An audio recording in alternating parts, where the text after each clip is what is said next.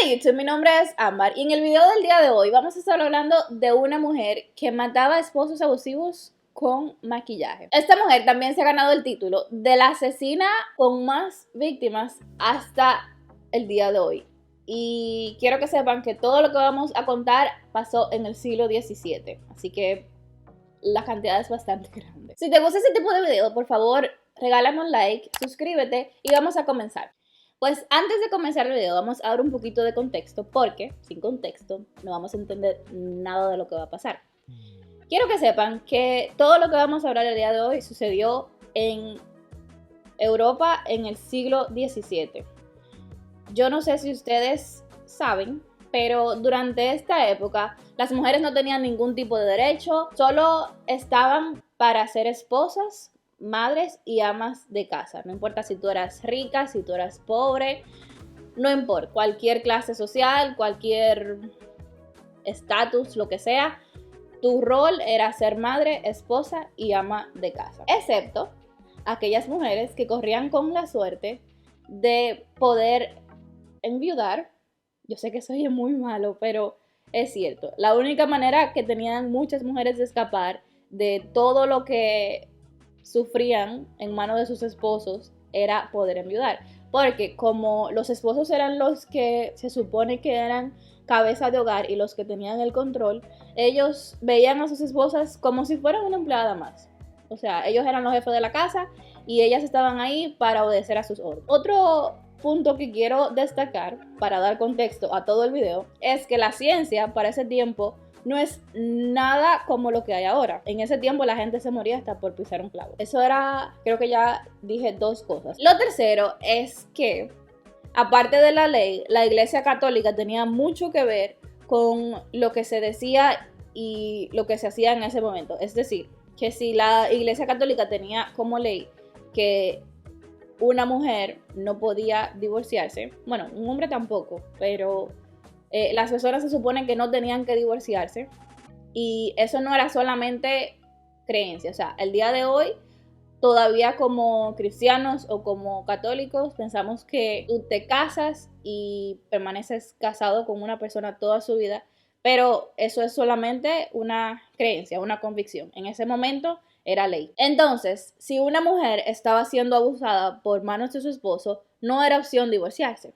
Entonces, por eso muchas mujeres acudían a enviudar antes que el divorcio. Otra cosa es que a raíz de la religión católica, muchas personas pensaban que si antes de morir tú confesabas tus pecados, ya eso te hacía puro ante los ojos de Dios y tú vas al cielo. Así que mantengan eso en sus mentes para que puedan entender el resto del video. Otra cosa que también creo que mantengan en sus mentes es una vallita, un berry, que se utilizaba mucho en ese momento, que tiene como nombre veladona. Voy a poner una foto en alguna parte de la pantalla para que tengan una idea visual de cómo se veía la vallita, pero la veladona se usaba no solamente para uso recreativo, porque provocaba alucinaciones, entonces la gente estaba como que high con eso, sino que también se usaba en la belleza. Las mujeres lo que hacían era que se ponían una gotita en cada ojo y eso les dilataba las pupilas. Y ahora que yo lo pienso, en tiempos actuales, iba a decir que tiempos pasados, pero en tiempos actuales, si tú vas a una persona con ojos dilatados o rojos, es como que, tú ten algo, quítate. Pero en ese momento eso era como que encantador y seductor, porque además decían las mujeres de tiempo como que le daba un brillito especial en los ojos. También esta valla, ellas la trituraban y el jugo rojo se lo ponían en los cachetes y como que en la nariz y también en la boca, como si fuera como una especie de rubor. Así que todo eso que les he dicho, manténganlo en su mente para que podamos entender el video del día de hoy. Así que comencemos. La mujer de la que les estaba hablando tiene como nombre Giulia Tofana. Giulia Tofana nace en Palermo en el año 1620. Ya les había dicho, en el siglo XVII en Italia. Giulia era hija de una mujer con el nombre Giuliana de Adamo. Esta mujer se dice, según los pocos registros de ella, que también estaba pasando por una situación con su esposo. Ella tenía un esposo abusivo. Ellos eran de una familia afluente, una familia que vivía cómoda económicamente en ese momento. Y ella, para salir de su matrimonio, lo que hizo fue que envenenó a su esposo. No sé cómo, pero las autoridades se dieron cuenta de esto y a su madre la ajustician el día 12 de julio del año 1633. Hoy vamos a tomar en cuenta que es el día 11 de julio. O sea que mañana se cumplen, bueno, no sé, muchos años del día de su muerte. Vaya coincidencia. Pero bueno, su madre mata a su padre y para ese momento Julia tenía tan solo 13 años y ella tuvo que salir de Palermo por la reputación que tenía su familia y se mudó a Nápoles. En Nápoles la acogieron unas personas que en ese momento habían dos términos. Está el término boticario y también está el término apotecario.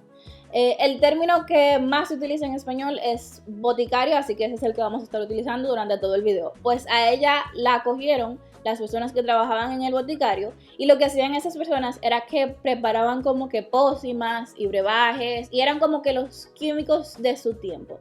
Entonces ella, con todo lo que aprendió de las personas que la acogieron, se volvió como una especie de química. Como eso pasó hace muchísimo tiempo, no queda un registro exacto de cuándo fue que ella tuvo a su hija, ni tampoco si estaba casada para el momento que la tuvo o si, no sé, o sea, no está muy claro si ella la tuvo dentro del matrimonio, pero a su hija le dio el nombre de Girolama. Mientras estaban en Nápoles, Julia y su hija Girolama crearon una especie de línea de maquillaje y esta venía en presentación líquida y también polvo. Julia también tenía muchísimos empleados por debajo de ella y tenía su propia fábrica, lo que molestaba a muchos hombres de la época porque la mujer, como les dije al principio, solamente servía para ser esposa, ama de casa y madre. Pero Julia no. Julia cumplía con su rol de madre, era muy buena madre según lo que estuve leyendo, pero también era una mujer muy poderosa que tenía mucho dinero por todos los ingresos monetarios que le generaba su negocio de maquillaje. Su madre, como también les dije al principio del video, fue apresada y ajusticiada por envenenar a su padre. El veneno que utilizó su madre era un veneno que confeccionó ella misma y era un veneno que había sido pasado de generación en generación. En la mayoría de las familias, la receta familiar es un bizcocho, una galleta, un asado, pero en la familia de Julia era veneno. Entonces, como ella se crió con los boticarios de la época, ella lo que hizo fue que perfeccionó el veneno de su madre y todavía no queda muy claro si ella utilizó el veneno con su propio esposo, porque como les dije también anteriormente, no se sabe si ella estaba casada o si tuvo a su hija Girolama estando soltera. Pero puede que ese haya sido el veneno que ella utilizó para matar a su propio esposo. Entonces, hasta aquí tenemos que Julia es una química muy famosa y muy poderosa de su tiempo que confecciona un veneno, pero este veneno no era como los venenos que habían en el mercado negro de la época, porque este veneno tenía algo muy peculiar y es que era incoloro, inodoro insaboro, se dice. Bueno, igual que el agua, no sabía nada. Así que era perfecto para que las mujeres que estaban siendo abusadas de su esposo lo pusieran en un vaso de vino o en un vaso de agua y se lo dieran a sus esposos sin que ellos sospecharan que estaban consumiendo veneno. Entonces, a raíz de lo que había sufrido ella y su propia madre, Julia empezó a proveer veneno a las mujeres que no tenían ninguna opción para salir de sus matrimonios abusivos. Entonces, al principio, comenzó como un negocio que ella solamente compartía con sus amigas más cercanas y era como que, mira, si tú tienes problemas con tu esposo, yo te puedo ayudar. Pero entonces sus amigas les fueron contando a sus amigas y sus amigas a sus otras amigas y de ahí Julia empezó a tener un negocio de cientos y cientos de mujeres que acudían a ella para envenenar a sus esposos. Lo que se le ocurrió a Julia y a su hija es que ellas iban a empezar a vender el veneno en una presentación que pasara desapercibido por los esposos de estas mujeres. Entonces, lo que hicieron fue que escondieron el veneno en los frascos de maquillaje. Entonces, el veneno también ahora venía en presentación líquida y en polvo. Ellos utilizaban los frasquitos del maquillaje y los ponían en los gaveteros o en los vanities, como le quieran decir. Y cuando los esposos lo veían, era como que nada, maquillaje. Pero según lo que estaba leyendo, hay un registro de esa época que decía que de 4 a 6 gotas era suficiente para acabar con la vida de cualquier hombre.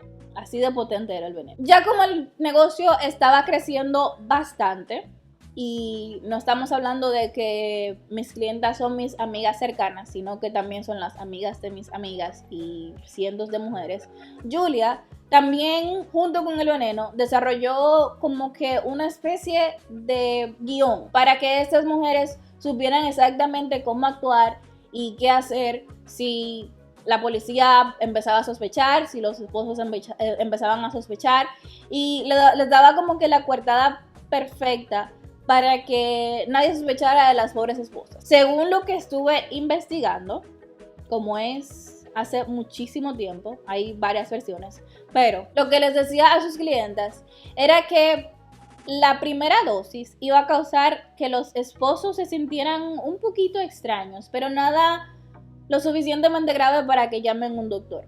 Y entonces, cuando administraran la primera dosis, tenían que ser muy cuidadosas de actuar como que nada estuviese pasando.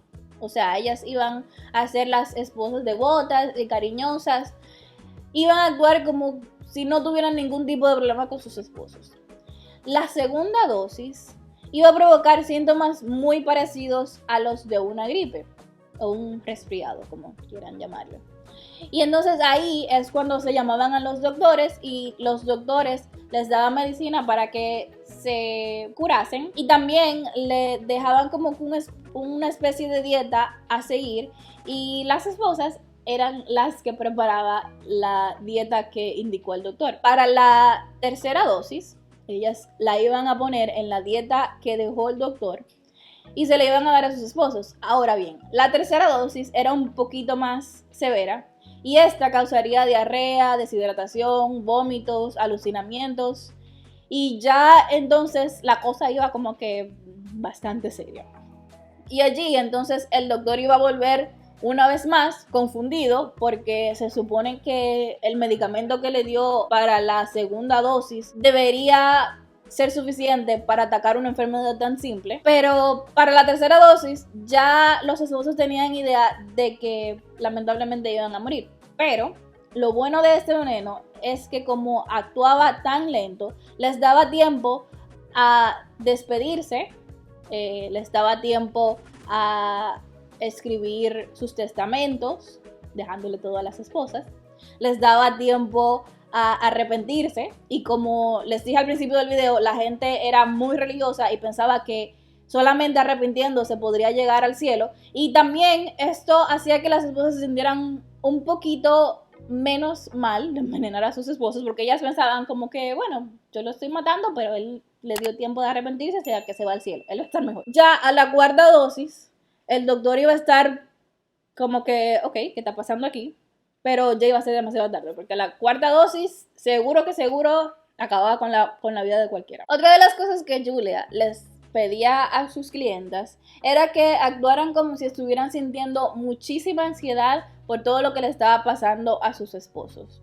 Y así nadie sospecharía de la pobre esposa. También, luego de que administran la cuarta dosis, ella les decía que tenían que demandar que a su esposo se le hiciera un examen post-mortem, es decir, que se le hiciera una autopsia, para que las autoridades y los médicos comprobaran que lo que mató al esposo fue realmente una enfermedad que llegó así de la nada, porque Julia les aseguraba de que su veneno no se podía rastrear en la sangre, ni tampoco tenían ninguna forma para identificar el veneno dentro del organismo de la víctima. Y recuerden que estábamos hablando del siglo XVII, que la ciencia no es como lo que tenemos ahora, y verdaderamente el veneno pasaba desapercibido. Todo lo que acabamos de decir, el hecho de que el veneno no sabía nada, no se olía, no había forma de detectarlo en el organismo de la víctima, y de las clases de actuación que le daba Julia y Girolama a sus clientas, hicieron que el negocio fuera muy, muy próspero. Pero después de tantos años en el negocio, Julia como que tuvo el presentimiento de que tenía que irse de Nápoles, porque puede ser que allí la apresasen por todo lo que estaba pasando. O sea, muchas mujeres estaban enviudando y ya como que la gente empezaba a tener sus sospechas. Así que en este momento, Julia y Girolama se mudan a Roma en el año 1650 y abren allí su fábrica de maquillaje. Pero para este momento, lo que de verdad les estaba dando el gran ingreso era su fábrica de veneno. Ya cuando se mudan a Roma, ellos tuvieron la brillante idea de que tenían que utilizar como que otro disfraz para el veneno, no solamente maquillaje. Así que empezaron a vender el veneno. Adivinen en qué.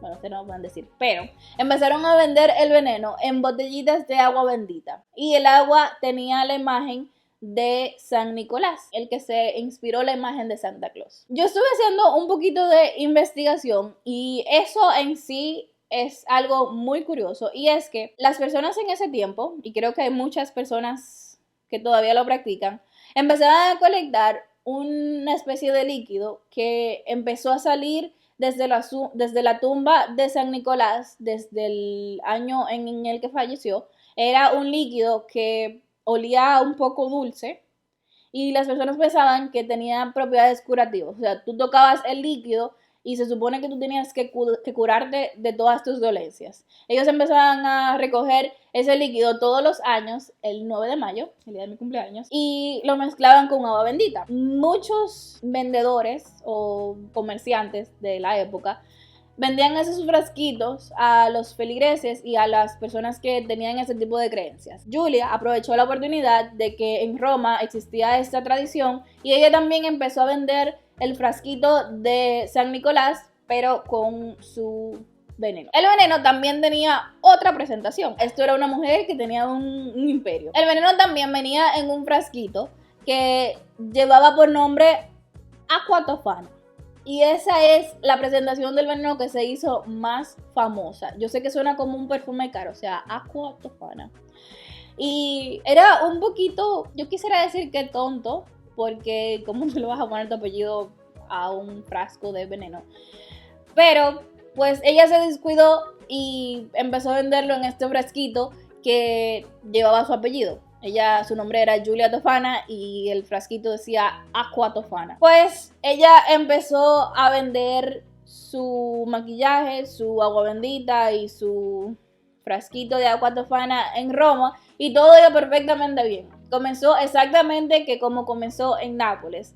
Comenzó con algunas mujeres que eran cercanas a ellas, y entonces una mujer le decía a la otra y a la otra y a la otra, y entonces así creó como que obtener una clientela que era muy de confiar, porque ninguna de las mujeres que llegaban allí llegaban simplemente porque sí, sino que todas tenían que venir recomendadas por alguien más. Y si no, si alguna iba por sus propios medios y decía como que, yo estoy buscando veneno, ella como que decía, veneno, aquí no vendemos ningún veneno, aquí solamente se hace maquillaje. Así que, tomando en cuenta de que todas sus clientes eran muy cercanas a ellas, un día llega una mujer que era muy joven y estaba en una situación similar a la que vivían muchas mujeres de la época. Ella también estaba siendo abusada de su marido y la llevó otra de las clientes de confianza de Julia. Se dice que al principio Julia no quería venderle el veneno a esta mujer,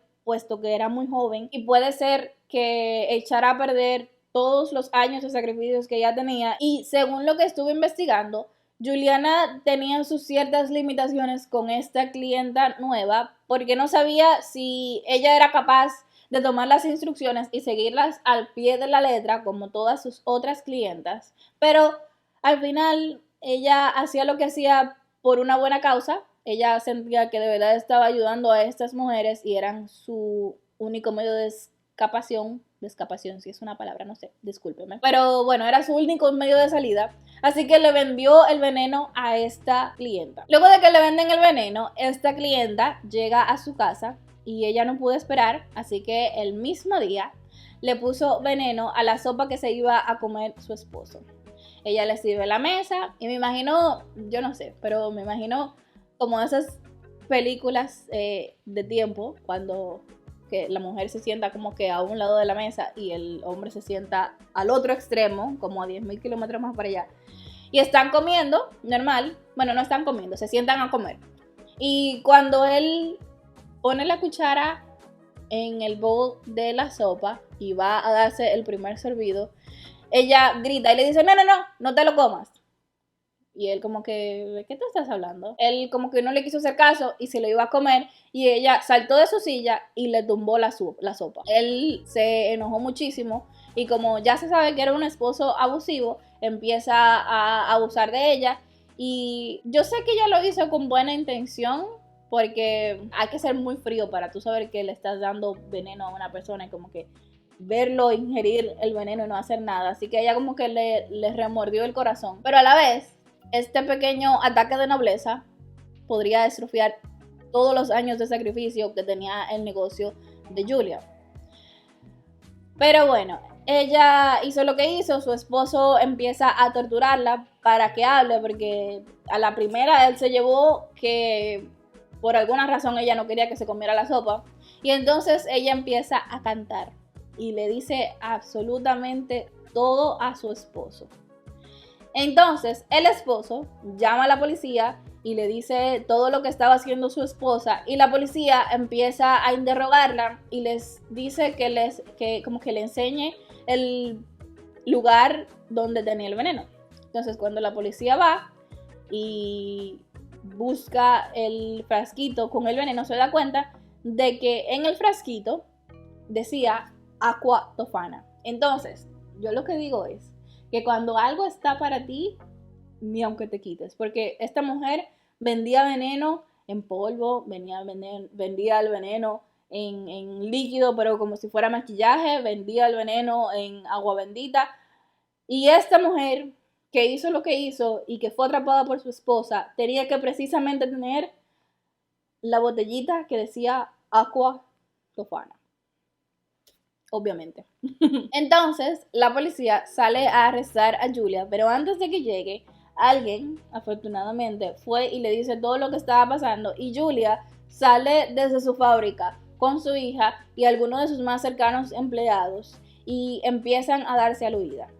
La primera idea que tuvo Julia fue buscar asilo en la iglesia y cuando llegó empezó a decir al padre todo lo que estaba pasando y la iglesia le accede a darle refugio. Entonces ellas se quedan allí en la iglesia y mientras estén en la iglesia, yo no sé si fue el esposo de la mujer que echó todo a perder o yo no sé, pero a alguien empezó a correr el rumor de que Julia había envenenado el agua del pueblo. Como todos los rumores, alguien se lo dijo a alguien y alguien se lo dijo a alguien, igual que ese negocio. Y ahora todos los hombres del pueblo pensaban que Julia había envenenado el agua del pueblo. Y en ese momento, también, si había una mujer muy poderosa y atentaba contra la vida de cualquier hombre, lo primero que empezaban a creer era como que ella era una bruja. Entonces todo el mundo pensaba que ella era una bruja que estaba envenenando el agua del pueblo y que quería acabar con todas las personas de ese pueblo. O sea, era una locura. Luego de que la policía llega, no llega sola, sino que llega con todos los hombres del pueblo que pensaban que la bruja de Julia y sus secuaces de brujitas envenenaron al agua del pueblo. Empezaron a tirar piedras a la iglesia. Yo no sé, yo me lo imagino como que tenían todos los tenedores esos que usan en las películas, como que queremos a Julia.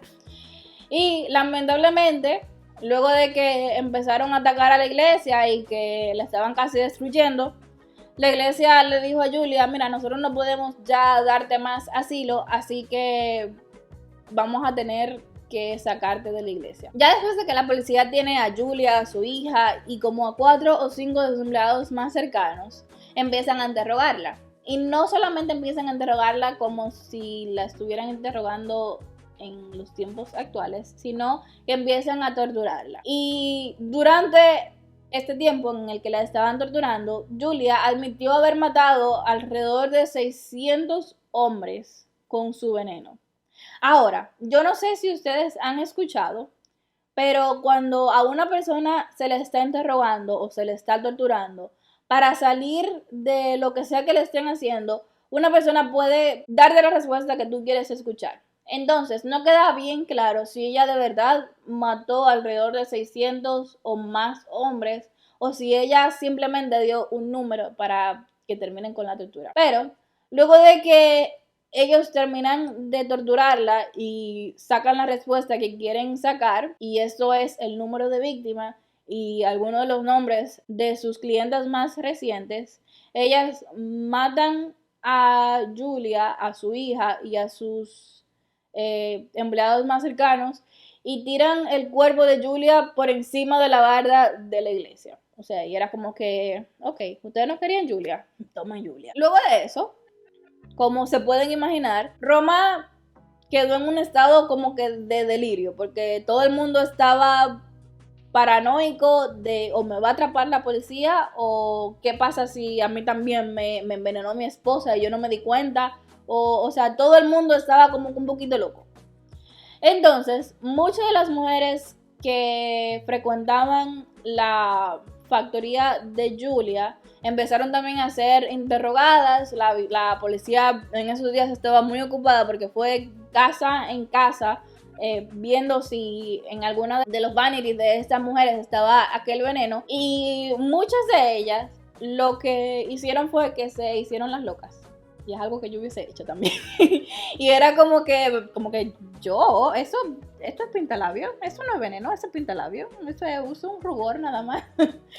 Y entonces la policía se llevó los artículos que tenían esas mujeres y empezaron como que a hacer pruebas a ver de qué era que estaba compuesto el veneno.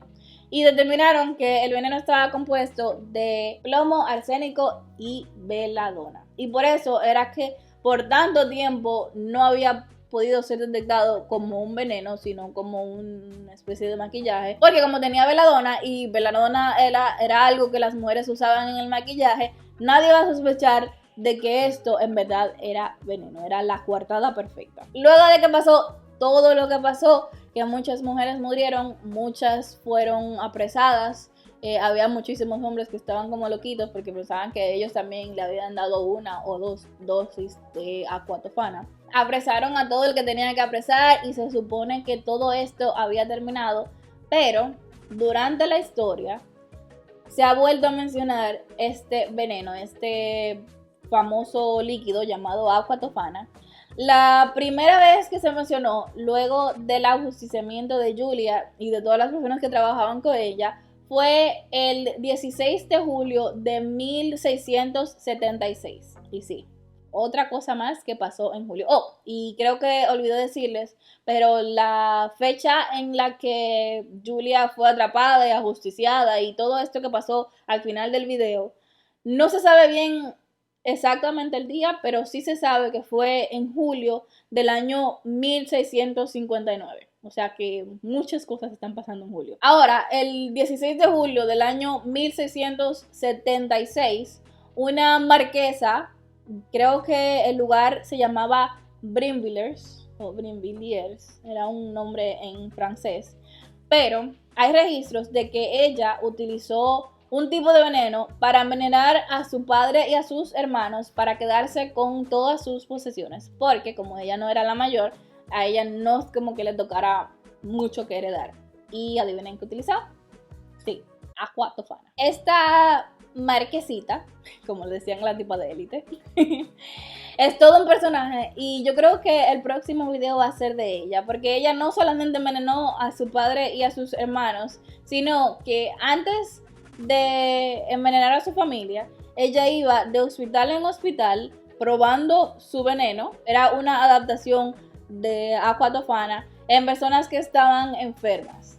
Entonces se dice que ella envenenó alrededor de 30 personas enfermas en hospitales antes de envenenar a su familia. Luego de esto, muchos años después, hubo otra mención de este veneno y fue por nada más y nada menos que Mozart. Sí, el que todos conocemos, el músico famosísimo.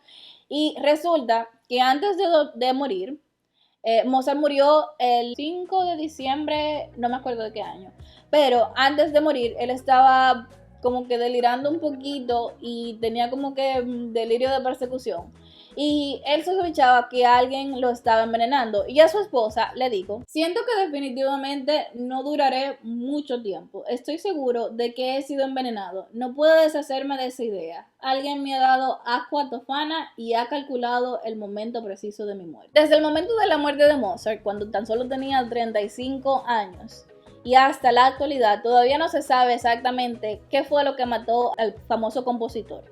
Como dijimos al principio del video, el veneno confeccionado por Giulia Tofana no olía nada, no sabía nada y era imposible de detectarlo después de la muerte de la víctima. Y muchas personas piensan que de verdad esto pudo ser lo que mató a Mozart. Pero desde el momento de su muerte han habido alrededor de 136 diagnósticos que incluyen cosas como fiebre reumática o sífilis. Y también creo que he escuchado que por la que la mayoría de las personas se inclinan es tuberculosis. Pero no se puede descartar que a lo mejor lo que le mató fue aqua tofana. Hasta aquí el video de hoy. Si te gustó, déjame saber en los comentarios, dale like, suscríbete y dale click en la campanita de notificaciones para que te enteres cuando suba otro video.